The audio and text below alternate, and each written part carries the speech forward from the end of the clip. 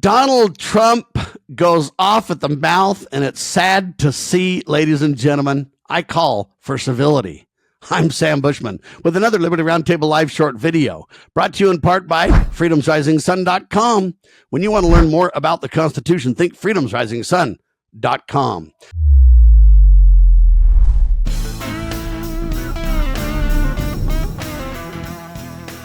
All right, so Trump calls on Jasmine Crockett. That's the Congresswoman from Texas.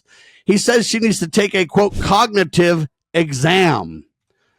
He says she's only slightly dumber than AOC. Now, I know Trump's done this forever. He calls women ugly. He mocks women and children and different people. And it's a disgrace to see, especially when they're the president of the United States, right? Anyway, Jack Davis has this piece.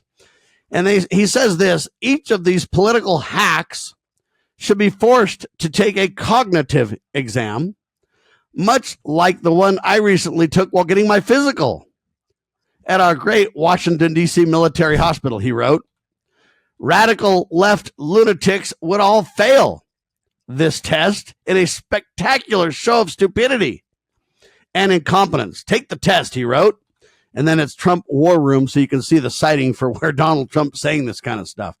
And I just want to step back for a second and say, President Donald J. Trump, sir, please stop.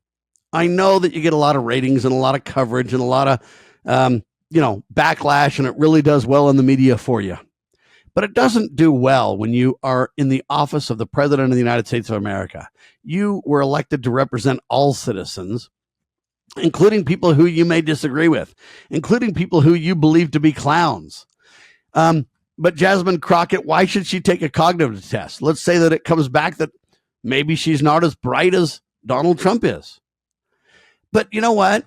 When you talk about how smart somebody is, I don't think that a cognitive test is the answer. Oftentimes I question the cognitive test makers.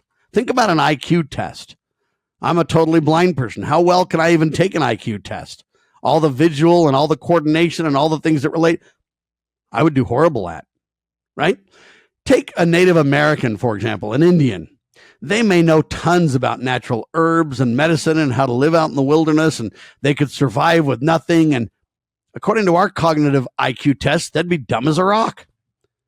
At the same time, if we were put out in the wilderness where they learned to thrive and where their intelligence rockets to great heights, medicine men, how to survive in the wilderness, we would be dead and they'd be alive.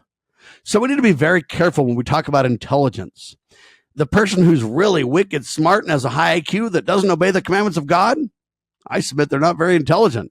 They might say, Sam, you just have a religious crutch because you can't stand on your own 2 feet. I would say God can make more of me than I can. So I think the smartest people on the earth are the people that keep God's commandments and are kind and loving and patient with those around them. Just my humble opinion, to which I'm entitled. I'm Sam Bushman, and that's another Liberty Roundtable live short video.